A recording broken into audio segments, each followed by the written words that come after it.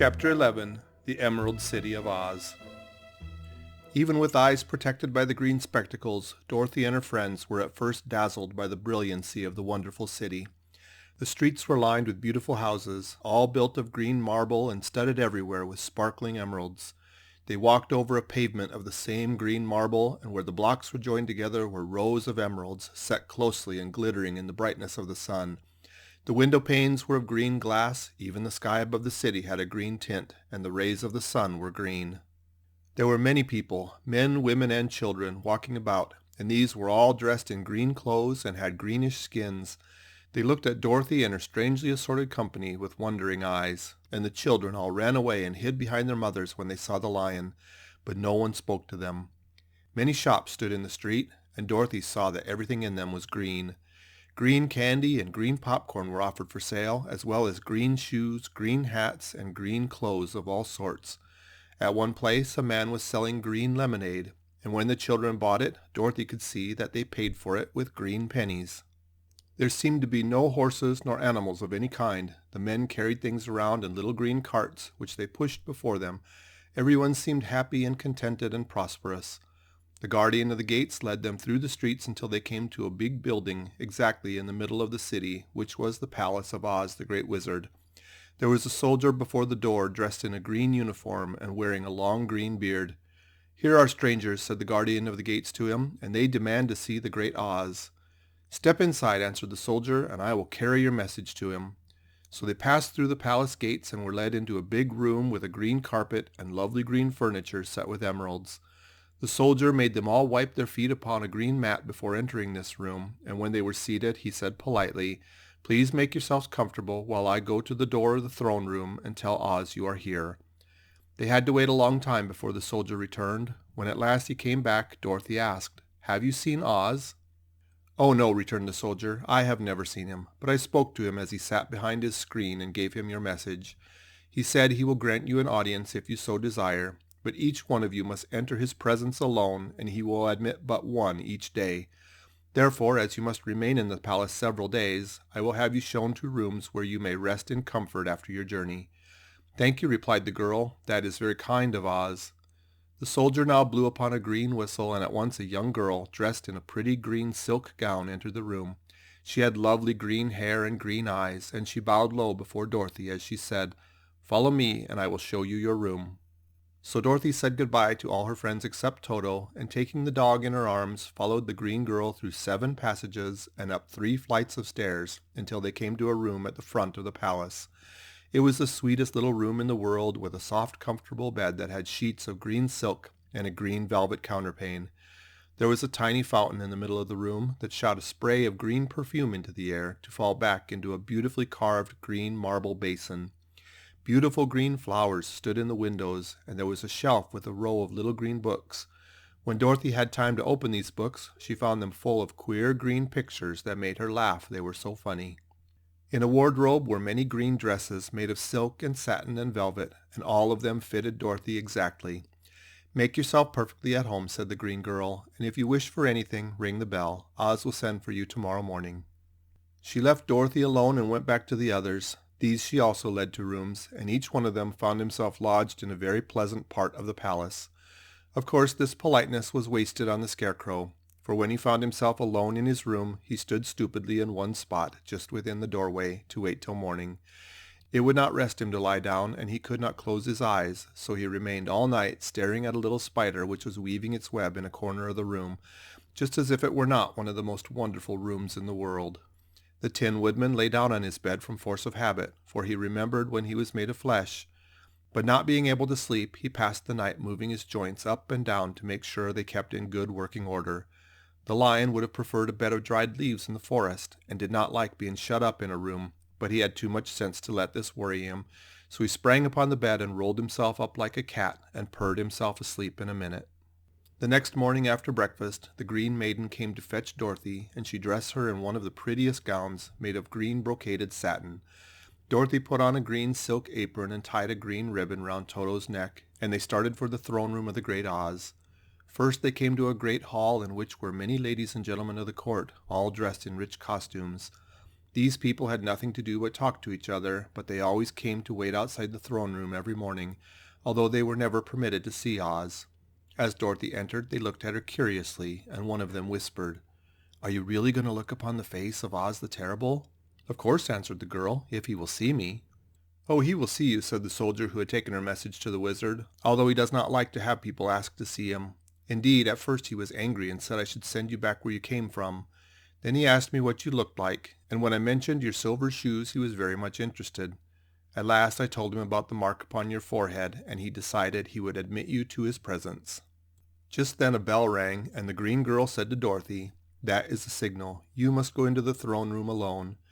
She opened a little door, and Dorothy walked boldly through and found herself in a wonderful place. It was a big round room with a high arched roof, and the walls and ceiling and floor were covered with large emeralds set close together. In the center of the roof was a great light as bright as the sun, which made the emeralds sparkle in a wonderful manner. But what interested Dorothy most was the big throne of green marble that stood in the middle of the room. It was shaped like a chair and sparkled with gems, as did everything else. In the center of the chair was an enormous head without a body to support it or any arms or legs whatever. There was no hair upon this head, but it had eyes and a nose and mouth and was much bigger than the head of the biggest giant. As Dorothy gazed upon this in wonder and fear, the eyes turned slowly and looked at her sharply and steadily. Then the mouth moved, and Dorothy heard a voice say, "I am Oz, the great and terrible. Who are you, and why do you seek me?" It was not such an awful voice as she had expected to come from the big head, so she took courage and answered, "I am Dorothy, the small and meek. I have come to you for help." The eyes looked at her thoughtfully for a full minute. Then said the voice, "Where did you get the silver shoes?" "I got them from the Wicked Witch of the East when my house fell on her and killed her," she replied. "Where did you get the mark upon your forehead?" continued the voice. "That is where the Good Witch of the North kissed me when she bade me goodbye and sent me to you," said the girl. Again the eyes looked at her sharply, and they saw she was telling the truth. Then Oz asked, "What do you wish me to do?" "Send me back to Kansas, where my Aunt Em and Uncle Henry are," she answered earnestly. "I don't like your country, although it is so beautiful, and I'm sure Aunt Em will be dreadfully worried over my being away so long." The eyes winked 3 times, and then they turned up to the ceiling and down to the floor and rolled around so queerly that they seemed to see every part of the room, and at last they looked at Dorothy again. "Why should I do this for you?" asked Oz. "Because you are strong and I am weak. Because you are a great wizard and I am only a little girl." "But you were strong enough to kill the Wicked Witch of the East," said Oz. "That just happened," returned Dorothy simply. "I could not help it." "Well," said the head, "I will give you my answer. You have no right to expect me to send you back to Kansas unless you do something for me in return. In this country, everyone must pay for everything he gets. If you wish me to use my magic power to send you home again, you must do something for me first. Help me, and I will help you." "What must I do?" asked the girl. "Kill the Wicked Witch of the West," answered Oz. "But I cannot," exclaimed Dorothy, greatly surprised. "You killed the Wicked Witch of the East and wear the silver shoes. You bear a powerful charm. There is now but one Wicked Witch left in all this land, and when you can tell me she is dead, I will send you back to Kansas, but not before." The little girl began to weep, she was so much disappointed, and the eyes winked again and looked upon her anxiously, as if the great Oz felt that she could help him if she would. "I never killed anything willingly," she sobbed. "Even if I wanted to, how could I kill the Wicked Witch? If you, who are great and terrible, cannot kill her yourself, how do you expect me to do it?" "I do not know," said the head, "but that is my answer, and until the Wicked Witch dies, you will not see your uncle and aunt again. Remember that the witch is wicked, tremendously wicked, and ought to be killed. Now go, and do not ask to see me again until you have done your task." Sorrowfully, Dorothy left the throne room and went back where the lion and the scarecrow and the Tin Woodman were waiting to hear what Oz had said to her. "There is no hope for me," she said sadly, "for Oz will not send me home until I have killed the Wicked Witch of the West, and that I can never do." Her friends were sorry, but could do nothing to help her. So Dorothy went to her own room and lay down upon the bed and cried herself to sleep.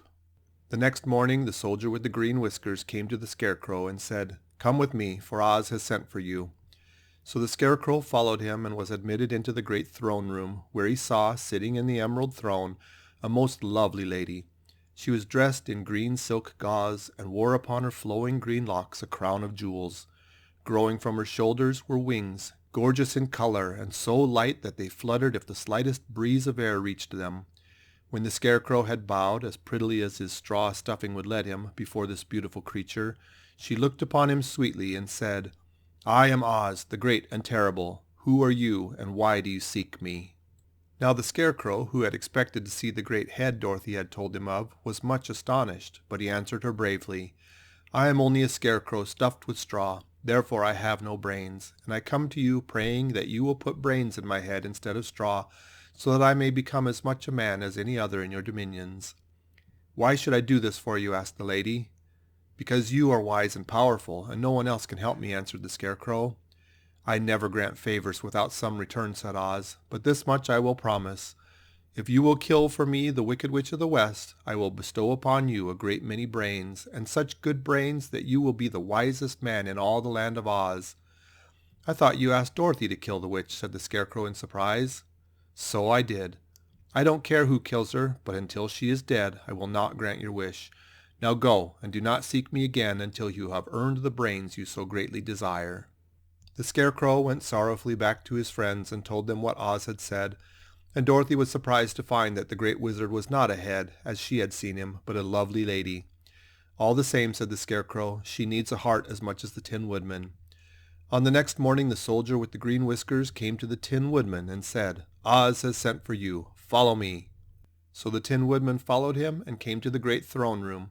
He did not know whether he would find Oz a lovely lady or a head, but he hoped it would be the lovely lady.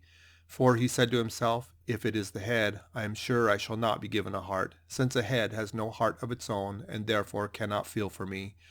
But if it is the lovely lady, I shall beg hard for a heart, for all ladies are themselves said to be kind-hearted."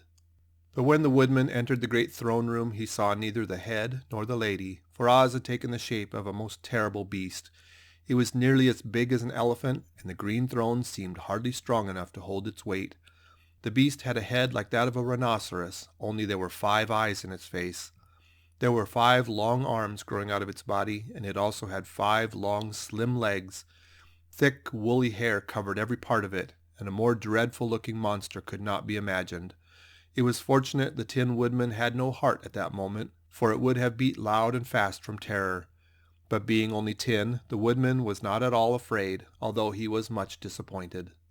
"I am Oz, the great and terrible," spoke the beast in a voice that was one great roar. "Who are you, and why do you seek me?"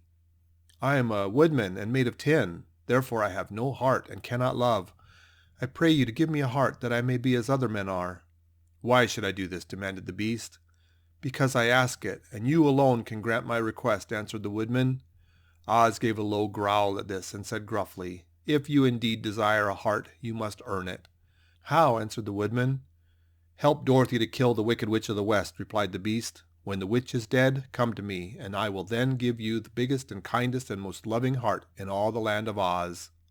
So the Tin Woodman was forced to return sorrowfully to his friends and tell them of the terrible beast he had seen.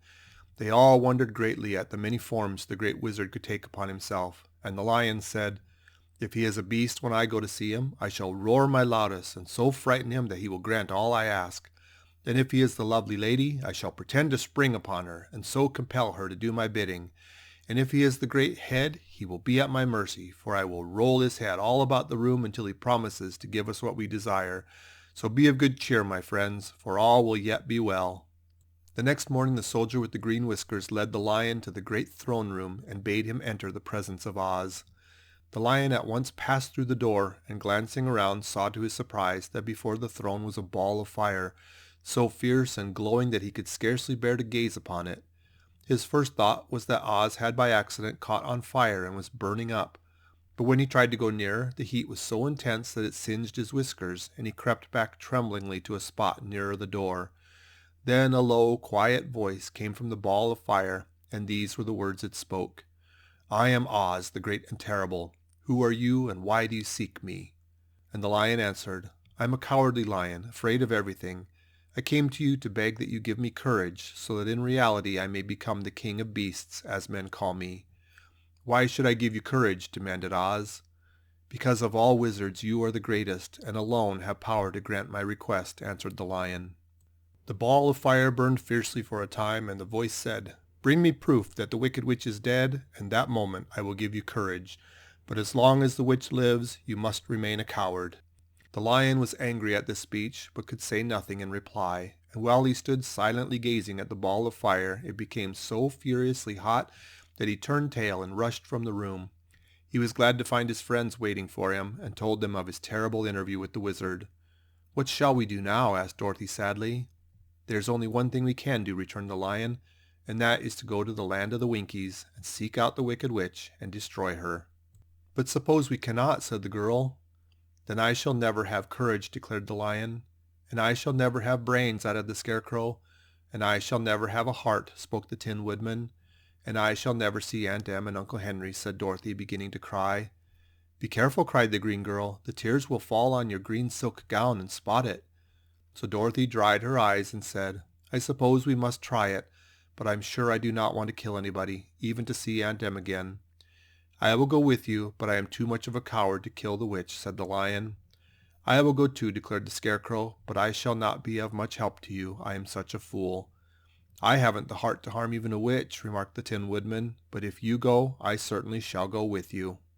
Therefore it was decided to start upon their journey the next morning, and the Woodman sharpened his axe on a green grindstone and had all his joints properly oiled.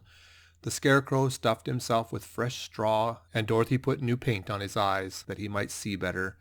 The green girl, who was very kind to them, filled Dorothy's basket with good things to eat, and fastened a little bell around Toto's neck with a green ribbon.